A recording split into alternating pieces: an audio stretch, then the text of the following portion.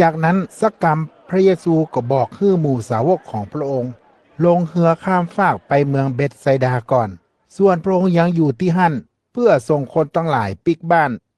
หลังจากพระองค์ลาคนตั้งหลายแล้ว ก็ขึ้นไปอธิษฐานบนดอย มืดค่ำแล้วเรือของหมู่สาวกลอยอยู่กลางทะเลสาบ ส่วนพระองค์อยู่บนบกคนเดียว พระองค์หันหมู่สาวกกำลังพายเรืออย่างยากลำบาก ย้อนเรือต่อลมอยู่ ระหว่างตี 3ถึง6 โมงเช้า พระองค์เตียวบนน้ำไปหาหมู่เขา ครับเหมือนว่ากำลังจะเตียวกายหมู่เขาไป เมื่อหมู่สาวกหันพระองค์เตียวมาบนน้ำก็คิดว่าเป็นผี เลยฮ้องเสียงดัง ย้อนว่าตกใจกลัว แล้วพระองค์ก็อู้กับหมู่เขาตอนนั้นว่า แปลงใจดีๆไว้ นี่เฮาเนอร์บ่ถ้ากลัว เมื่อพระเยซูขึ้นเหือแล้ว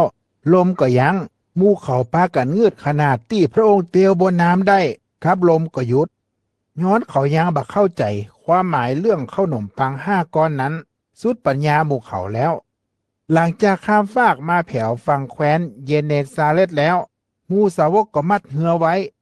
เมื่อขึ้นจากเหือแล้ว คนที่หั่นก็จำพระเยซูได้ ก็ล่นไปบอกหมู่คนอื่นๆไขว้แคว้นแล้วหามคนป่วยใส่ที่นอนมาหาพระองค์หูว่าพระองค์อยู่ทางใดก็ไปหาที่หั่น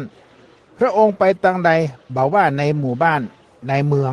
ก็ว่าไปบ้านนอกก็ดี คนตั้งหลายก็พาเอาคนป่วยมานอนตามกาดเพื่อขอยุบตีนเสื้อคลุมของพระองค์ผู้คนที่ได้ยุบตีนเสื้อของพระองค์ก็หายป่วย